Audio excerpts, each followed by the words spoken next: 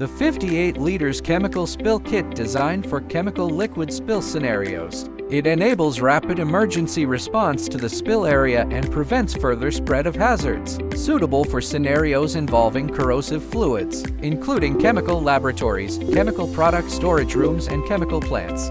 Open the emergency kit, which contains instruction manual, 20 absorbent pads, 4 absorbent socks, 2 absorbent pillows, 1 set each of waste bags, cable TIs, gloves, and safety goggles.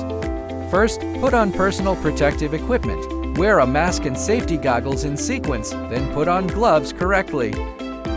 When chemical liquid spills occur, take out the chemical absorbent socks and absorbent pads. Use the absorbent socks to contain the spill area and form an absorption barrier to prevent spread. Place chemical absorbent pads over the spill area, allowing them to make full contact with the liquid and absorb the spill. Wipe up residual liquid with absorbent pads.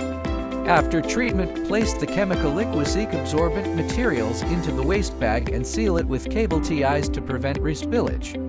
Absorbent pillows can be used in areas with potential chemical liquid spill risks or ongoing spills.